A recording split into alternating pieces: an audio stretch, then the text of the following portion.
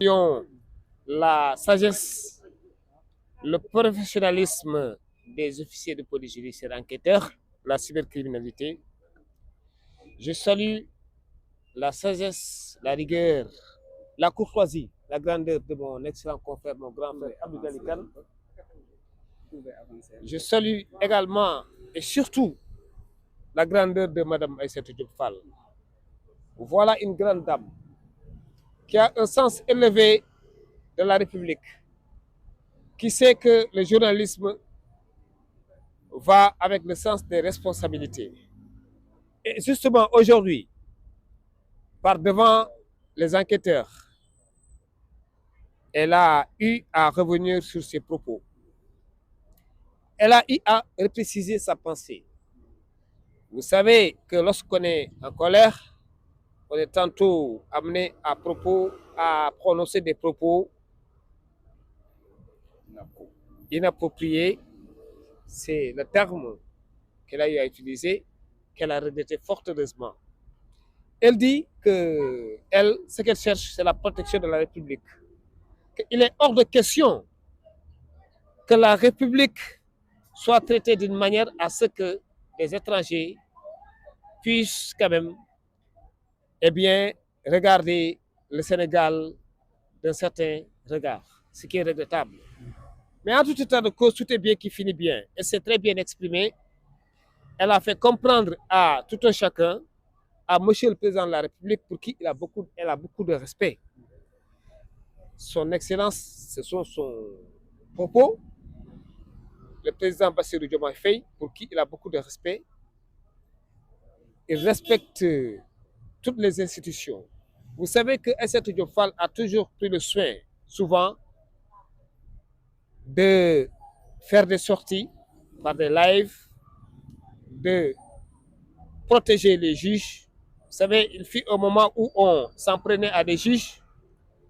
J'ai vu en elle une journaliste ou un journaliste qui a eu le courage, à travers sa scène de télé, de prendre la défense des juges, des hommes d'État, de toutes les personnes qui n'étaient pas défendues par ceux-là qui devaient les défendre. Je n'ai pas grand-chose à en rajouter davantage, sauf à vous remercier, vous les journalistes, les Sénégalais qui aiment bien cette brave dame qui a ramé, qui a eu assez d'expérience depuis 2001. Elle est sortie celle-ci, elle a rampé, elle a beaucoup d'expérience, je le dis tantôt. Eh bien, c'est fort de cette expérience, eh bien, qu'elle a eu le courage de créer une chaîne de télévision. Voilà un leadership. Elle incarne un leadership. Et donc, je pense qu'aujourd'hui, l'État, les Sénégalais devaient l'accompagner dans sa mission d'information, de communication, mais également de défense de la République, des valeurs républicaines que nous tous partageons. Donc, sur ce, je vous remercie de votre présence. Je salue également le professionnalisme, encore une fois, des officiers de police judiciaire enquêteurs, le commissaire Faye, le lieutenant Diallo, l'adjudant Sen, et bien tous les agents de police de la cybercriminalité qui ont un sens élevé de la République. C'est ça la République. Aïssatou Diop Fall a un sens élevé de la République.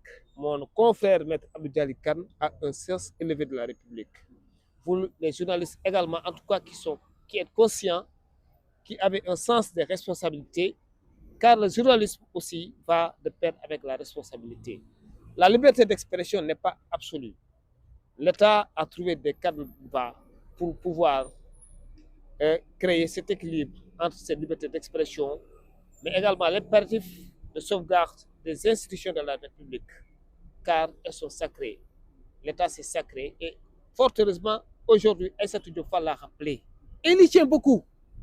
Elle y tient beaucoup. Elle tient beaucoup à la sacralité de l'État et des institutions de la République.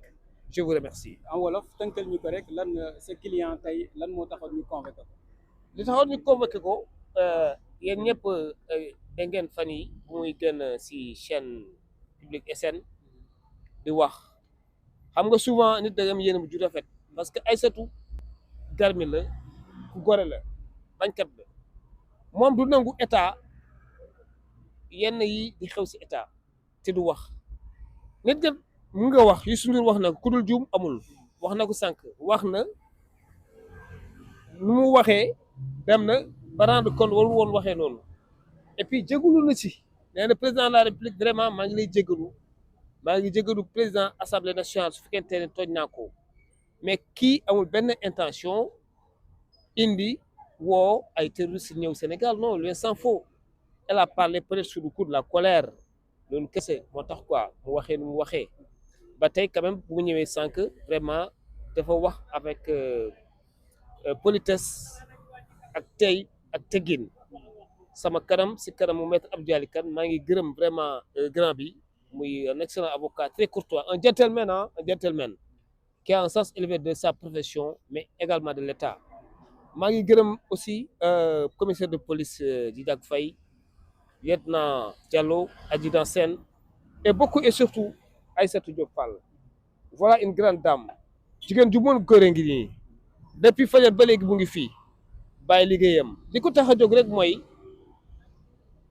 œuvre construction république la preuve en est que à chaque fois boo seetaanee émission da nga si jàng lu bëri man musuma seetaan émission Aïssatou Diop Fall ma dégg si am loo xamante ni ngeen baal ma si wax bi caaxaan na ngi si non luy suuxal économie rek lay wax luy tax état am jëmm c'est important aussi parce que nous sommes dans une république journaliste foog bu am fi aussi bu dara amee te warul demee noonu mu ñëw wax ko mais souvent nag ci day jum mu nga wax dara waxee ko neneen peut-être dal na ko wax na ko sànq il a été honnête li mooy yëfu gentleman ak gentlewoman nee naa rëccu naa li ma wax bu ma ko waxee noonu te bi ma koy wax desiw jiw ma kenn waxuma diw ak diw dafa ne rek nañ def attention parce que li nekk ni di xew ni bu ñu moytulee aussi le pire mën a produire yàlla nañ si yàlla musal en tout cas moom mu ngi fii en position d'avant-gardiste vraiment en position de journaliste boo xamante ni dafa nekk pour les libertés publiques dafa nekk fii pour informer pour conscientiser l'opinion publique maa ngi leen di gërëm di leen di sant di gërëm Abdou Dialy Kane di encourager di masawu Aïssatou Diop Fall di féliciter aussi Doudou Coulibaly depuis fajar mu ngi fi ndeysaan le pauvre li mooy honnêteté li mooy xaritoo ak ndak ak Abdou Nguer ndeysaan Abdou Nguer vraiment sànq rek maa koy wax ma ne ko Abdou Nguer góor yàlla dëgg ngi nii voilà un gentleman quoi un homme très digne très digne très digne fu mu gën a méttee la ko Aïssatou gisee li mooy xaritoo li mooy nit li mooy xarit li mooy am di jàmm maa ngi gërëm ñëpp yéen journalistes yëpp maa ngi leen di gërëm aussi depuis ce matin yéen a ngi fii li mooy wane nag Aïssatou Diop Fall Aïssatou Sénégal la Aïssatou Afrique la Aïssatou Diop Fall lu ko tax a jóg mooy defar Sénégal yàq tax koo jóg de nit nag mun nga wax critiquer mais critique constructive rek lay def waxul leneen lu dul critique constructive mais mun nga wax souvent nga juum Youssou Ndour wax na ko nee na ku dul juum amul yàlla rek moo dul juum nee na juum naa bi ma waxee li ma waroon wax te heureusement publiquement séance tenante sur le champ immédiatement dafa baalu ak xam naa loolu moo tax gars yi aussi xam ne kii vraiment c'est une grande dame qui a fait preuve vraiment de grandeur moo tax ñu ne dañ koy bàyyi mu dem ñibbi këram vraiment orienter énergie am canaliser ko si activité am ku mat a jàppale ngi nii vraiment mu ngi informer mu ngi conscientiser ngeen baal ma su fekkente ni jum naa ci wax ji wax yombul en tout cas ñu ngi gërëm ñëpp di sant encore une fois mon grand frère maître Abdou Dialy Kane di gërëm Aïssatou Diop Fall di ko masawu encore une fois c'est dur quoi mais avec les difficultés c'est avec les difficultés et l'expérience que on finit par aboutir inchallah rabbi bu soobee yàlla avec cette expérience là inchallah rabbi yàlla baax na dénk nañ la yàlla dénk nañ la sénégalais yi jërëjëf. voilà ñoo ko gisandoo mu nekkoon son avocat maître Barok ñëwoon si li nga xamante ni waaye dañuy tatagal ki nga xamante ni ba laata ñuy jël Aïssatou Diop Fall dañuy jël ki nga xamante ni góor wax tey càmminam mun na wax si laaminam mun na wax si kàddoom doyen Coulibaly tey lan lañ mën a xaar tey ba nga gisee tey ji sa sœur ban heure lañ. D'accord, donc je voulais m'exprimer au nom de Aïssatou Diop Fall. Vous comprendrez avec moi aujourd'hui avec l'émotion et tout ce qui s'est passé, qu'elle ne puisse pas intervenir en direct comme ça. Parce qu'en fait, elle, c'est une femme entière. Elle sait prendre ses responsabilités quand il faut. Et lorsque arrivera le temps de s'exprimer, elle s'exprimera.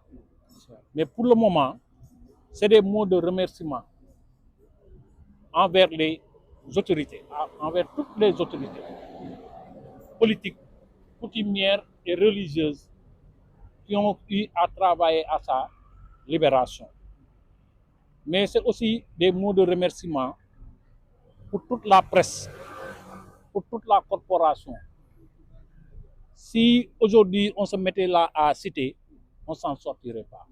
Mais que tout le monde soit remercié et qu'il sache que Aïssatou Diop Fall a la République du Sénégal dans son cœur. Même si elle fait des erreurs, elle le fait au nom de la République et pour la République, mais pas pour d'autres questions. Nous, on vous remercie tous. Li ñu bëggoon wax tey jii mooy gërëm leen sant leen tey jii ngeen comprendre ni Aïssatou Diop Fall mënul jël kàddu ndax li fi xew yëpp mais liñ si mun wax rek mooy gërëm sant kilifa yëpp, kilifa politique, kilifa diine, kilifa aada yëpp yi nga xam ni ku si nekk dox nga si pour jàmm am. Di gërëm ñi nga xam ni ñoom ñooy la presse, gërëm corporation bi yëpp ñëpp ñi nga xam ne yëkkati nañu as tuut def ko ci li nga xam ne mooy libération bi tey Aïssatou Diop Fall mu ngi leen di gërëm di leen sant. Aïssatou Diop Fall nag leen rek nga ko mun toppee mooy bëgg réew mi même buy def lu mu bëggul woon wax wala lu mu bëggul woon def da koy def au nom de la République parce que moom République bi kese moo ko tax a jóg. waaye daal mu ngi gërëm ñëpp di sant ñëpp tout est bien qui finit bien ñu ngi gërëm ñëpp leen sant jërëjëf jërëjëf. Merci beaucoup jërëjëf. Merci beaucoup.